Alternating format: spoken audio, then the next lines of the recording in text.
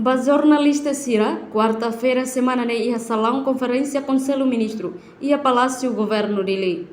Ministro Presidencial Conselho Ministro Fidelis Manuel Leite Magalhães Satetém. Projeto Decreto-Lei apresenta-se Primeiro-Ministro Tauro Matanrua com a alteração da Hulu, ba Decreto-Lei número NEN, para Rihunrua Sanolo Racing Walo, Loron Sanolo Racing Hat, Fulang Março.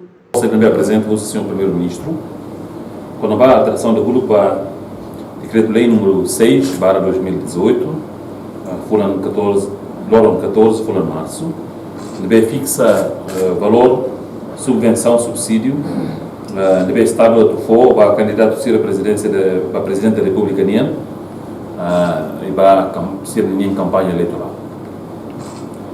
Lei antes, né, turca está Estado só for subsídio, subvenção, só for subvenção para ir à primeira ronda.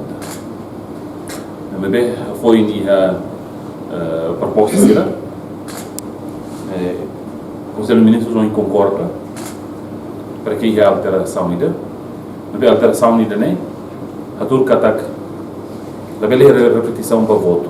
Então, devemos que a primeira ronda, da beleza repete fala a segunda ronda. Então, a segunda ronda nem o valor tem que menos, da beleza 100% fala o seu número de votantes.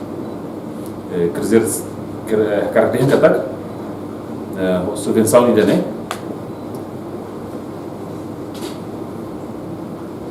for date, a cobertura date, para diferenciar o voto de berreta entre a primeira ronda e a segunda ronda, para eleições presidenciais.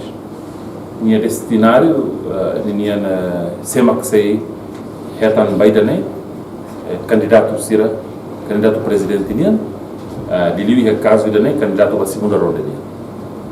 Ministro Fidelis Manuel Leite Magalhães informa. Alteração idane honinha objetivo. Atufo competição. Ba candidatura nebe comete ona eleição presidencial.